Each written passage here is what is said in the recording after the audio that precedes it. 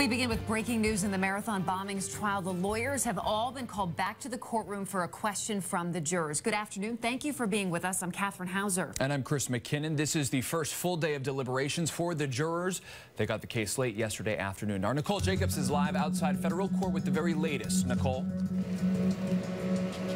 Well, Chris and Catherine, yes, the jury does have its first question for the judge this morning, and it appears to be regarding aiding and abetting and conspiracy, a very similar question they had during the guilt phase of this trial. The judge himself even admitting there is no simple answer to this question, so he's giving it a little bit of time to make sure both the defense and the prosecution are on the same page. Taking a look at this 24-page document, it is extremely complex, but it's certainly one that will ultimately decide Dzhokhar Tsarnaev's fate.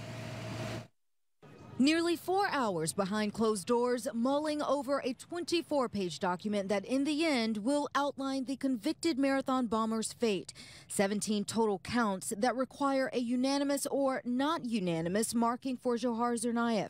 Sections regarding mitigating factors related to Tamerlan Tsarnaev's influence, his planning as a controlling older brother, questions of Dzhokhar's teachers and friends who cared about him, those relatives who loved him, his mother and father, how their lives of instability may have impacted the then 19-year-old, even what life in prison would be like in Colorado if the federal government could truly restrict his communication to the outside world.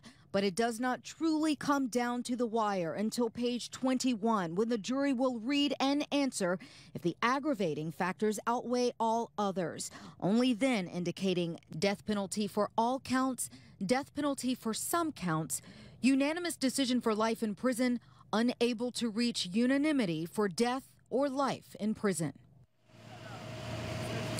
And the jury deliberating this morning for about 3 hours before they had that question. Again, it's regarding aiding and abetting and conspiracy. If you remember, during the first phase of this trial, the guilt phase, it was shortly after that question related to the very same concept that the jury actually came to a decision only hours later. Of course, it's unclear if that's where they are in the process at this point, but certainly we have Jim Armstrong inside the courtroom right now, keeping tabs on exactly what's going on.